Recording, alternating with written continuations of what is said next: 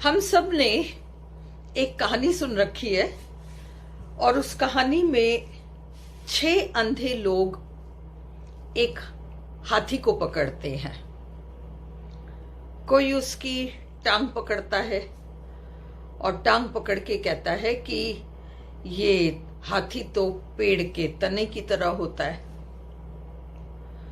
कोई उसकी पूंछ पकड़ता है, कहता है हाथी तो रस्से की तरह होता है।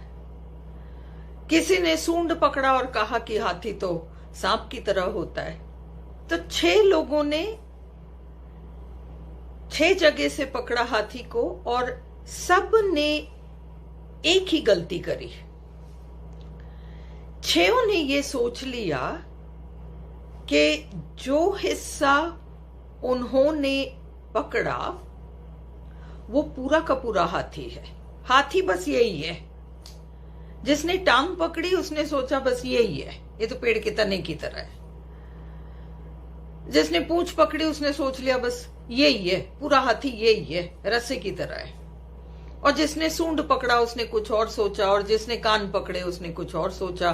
तो 6 लोगों ने 6 अलग अलग चीजें सोची, वो एक अलग बात है, पर सबका एक कॉमन फैक्टर ये है कि 6 ने ये सोच लिया कि हाथी ये है, यही है पूरा हाथी। कुछ ऐसा ही हम ज्योतिष के मामले में भी करते हैं। जब एक बच्चा जन्म लेता है उस समय पर, जिस पल में उसने पहली सांस ली, उस पल में उसने ग्रहों की एनर्जी ली है। उस पहली सांस के साथ एनर्जी ली है। किसी ग्रह की इतनी एनर्जी है, किसी ग्रह की इतनी एनर्जी है, अलग अलग डिग्रीज में वो एनर्जी है। जिस प्रकार हाथी को पकड़ने वाले वो जो 6 लोग थे उन्होंने सोच लिया कि बस यही पूरा हाथी है, उसी तरह से जन्म कुंडली के बारे में लोगों का ये सोचना है कि बस इसी के अंदर हमारा पूरा फ्यूचर कैद है। मेरे जन्म के समय पर फलाना ग्रह उच्च था, फलाना ग्रह नीच था, काल सर्प योग था, ये था, वो ग्रह यहाँ पड़ा है और वो ग्रह वहां पड़ा है, ये उसको देख रहा है, वो उसको देख रहा है, ये उसकी काट कर रहा है, वो सब, इन सब के अंदर उन्होंने अपनी पूरी लाइफ कैद मान ली। यही है मेरी लाइफ, और वहीं से वे चल रहे हैं। अब एक तरफ हम ईश्वर में मानते हैं, हम कहते हैं कि ईश्वर है और ईश्वर तो समदर्शी है। और फिर हमें समझ में नहीं आता कि ईश्वर ऐसा क्यों करता है कि एक बच्चे का जन्म ऐसे समय पर करता है जब सारे ग्रह इतने अनुकूल है, और दूसरे बच्चे का जन्म एक ऐसे समय पर करता है जब सारे ग्रह गर्दिश में पड़े हुए। हम नहीं सोचते। फिर हम क्या सोचते हैं? अगर हमने भूले भटके ये बात सोच भी ली तो हम क्या सोचेंगे? नहीं, मेरे कर्म है, मेरे कर्म है, मैंने किया होगा, पिछले जन्मों में कोई कर्म किया होगा। मतलब आपने पिछले जन्मों में कोई कर्म किया और उन पिछले जन्म के कर्मों के लिए ये पिता स्वरूप ईश्वर आपको सजा दे रहा है। आप उन कर्मों को यहां पर भोग रहे हैं। ये एक एक्सप्लेनेशन है। पर कहीं अगर व्यक्ति ढंग से अपने दिमाग को इस्तेमाल करे, जो कि वो कभी नहीं करता, कभी नहीं करता, वो अपना दिमाग इस चीज में लगाएगा, उसने मेरे बारे में ऐसा क्यों कहा, 2 घंटे मैं इस चीज को लेके सोच लूंगी। पर जहां जिस काम के लिए मुझे उस दिमाग को लगाकर विचार ना हो, वो मेरे बस की बात नहीं है, वो मेरा काम नहीं है। तो ऐसा व्यक्ति जो कि सोचना नहीं चाहता, ब्लाइंडली बिलीव कर लेता है, बस यही है होल ट्रूथ। मैं आगे, हम कभी भी उस बैलेंस्ड पोजीशन में परमानेंटली आने की सोचते ही नहीं है, क्योंकि उसमें बहुत ज्यादा विचारना पड़ जाएगा, और जब हम विचारने लगते हैं तो हम कंफ्यूज हो जाते हैं। जैसे हमें विचारना पड़े कि ईश्वर अगर इक्वालिटी करता है तो ऐसा क्यों होता है कि एक बच्चा इस टाइम पे जन्म लेता है, उसकी कुंडली ऐसी, दूसरा बच्चा एक अलग ही टाइम पे लेता है जन्म और उसकी कुंडली बिल्कुल ही बहुत ही ज्यादा गड्ढे में ग्रह पड़े हुए हैं। तो ऐसा क्यों होता है, ये हम सोचते नहीं है। सोचेंगे भी तो हम इसका इतना सा एक्सप्लेनेशन निकालेंगे जो कि अगेन बेतुकी होगी, कि हमारे कोई कर्म है, हमने कुछ किया है, हम किसी चीज के दोषी हैं, हमारे साथ ऐसा ही होना चाहिए। ये ब्रॉड थिंकिंग पैटर्न्स हैं। ये उस तरह की बात है कि आप टीवी के सामने बैठे हो, टीवी ऑन किया आपने, चैनल खुल गया, आप बैठकर कह रहे हैं अरे इतना बोर चैनल खुला है, क्या करें, अब इसको देखते रहना पड़ेगा।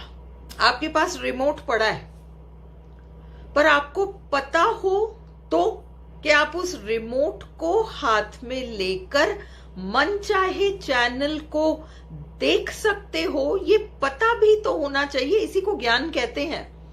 आपको पता होना चाहिए कि रास्ता क्या है, तो वो हमें नहीं पता, और इसलिए जिसको नहीं पता कि रिमोट कोई काम करता है और रिमोट उसके पास है और वो रिमोट को उठाकर कुछ कर सकता है, जिसको ये बात नहीं पता वो तो उसी चैनल को देखता रहेगा जो आए, कि मैं इसमें कुछ कर ही नहीं सकता, ये तो बैड लक है कि ये खुल गया और यही देखते रहना पड़ेगा। उसी तरीके से व्यक्ति जन्म कुंडली ही नहीं, लाइफ में कई चीजों के बारे में यही एक एटीट्यूड है उसका कि बस यही है कंप्लीट। ज्यादा से ज्यादा व्यक्ति ये कर लेगा कि वो ज्योतिषी के पास जाएगा और ज्योतिषी कह देगा कि आपके काल सर्प हो गए, आपका ये है। ज्योतिषी झूठ नहीं बोलेगा। अगर उसको कुंडली में गड्ढा दिखेगा तो वो गड्ढा ही बताएगा, वो सुहाने सपने आपको नहीं दिखा सकता। परंतु क्या इसका मतलब है कि फिर सारी कहानी यहीं खत्म हो गई, मतलब पूरा हाथी यही है? नहीं, ये नहीं है। तो फिर इसमें क्या किया जा सकता है? ये किया जा सकता है जिस प्रकार आपके पास पूंजी हो, आपके पास इतनी पूंजी है, इस पूंजी को आप बढ़ा तो सकते हो, तो उसी तरह से ग्रहों की एनर्जी को बढ़ाया जा सकता है। व्यक्ति इस चीज को तो इजीली मानता है, हाँ, मैं मानता हूं, मैं मानती हूं कि ग्रहों की एनर्जी को बिल्कुल बढ़ाया जा सकता है। अब आप बता दो कि क्या किया जाए? एक क्विक फिक्स पकड़ा दो, एक ऐसा क्विक फिक्स दे दो, ये कर दिया जाए और ये प्रॉब्लम चली जाए।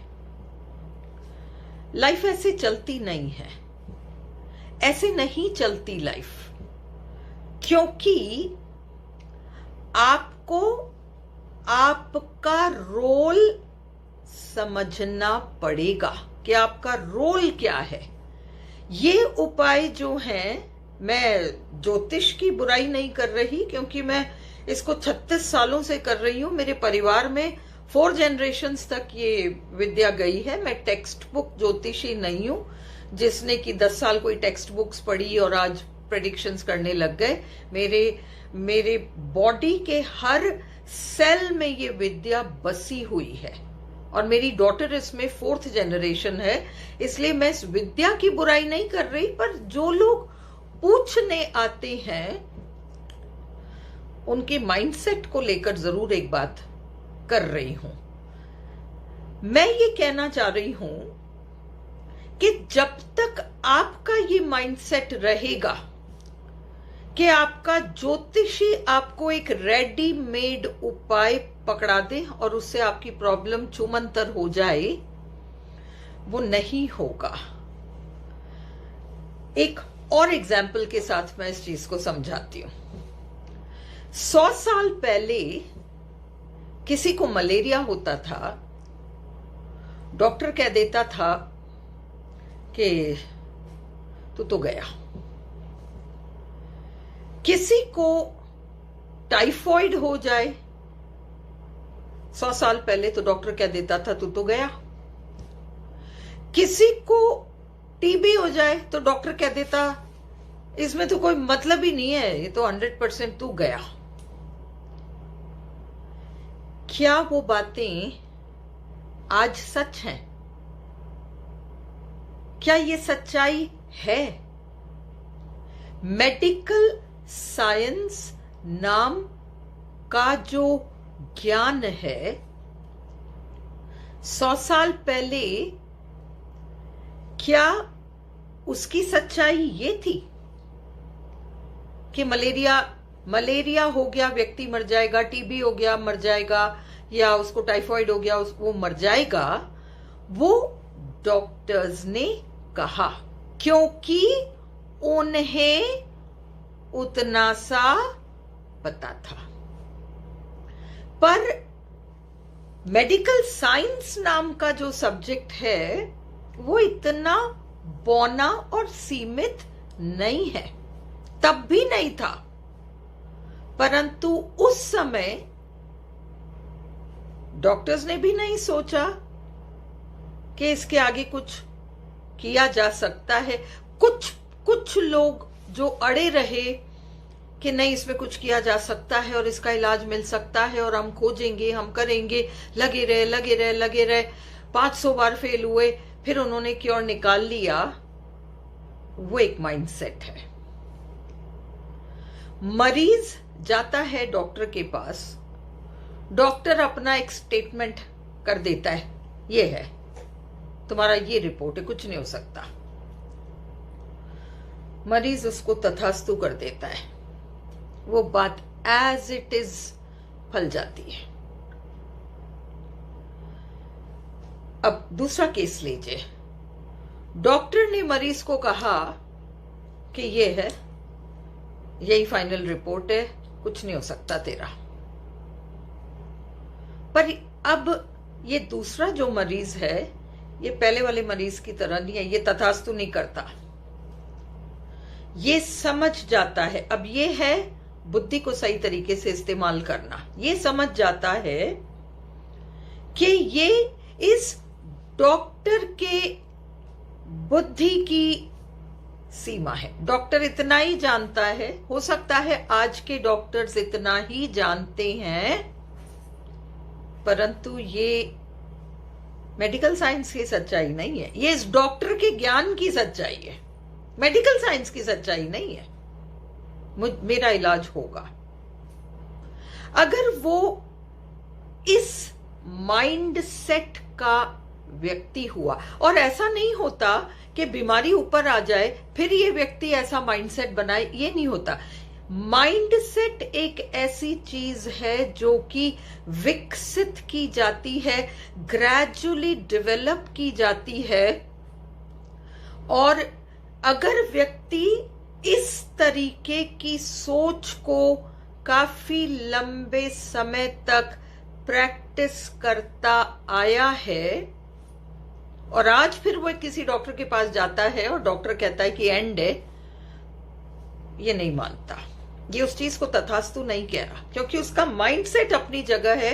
डॉक्टर इतना सा जानता है, ये डॉक्टर के ज्ञान की सच्चाई है, पर ज्ञान नाम की जो चीज है उसकी ये सच्चाई नहीं है। तो उस व्यक्ति को जरूर वो डॉक्टर मिलेगा जो कि उसका इलाज कर दे।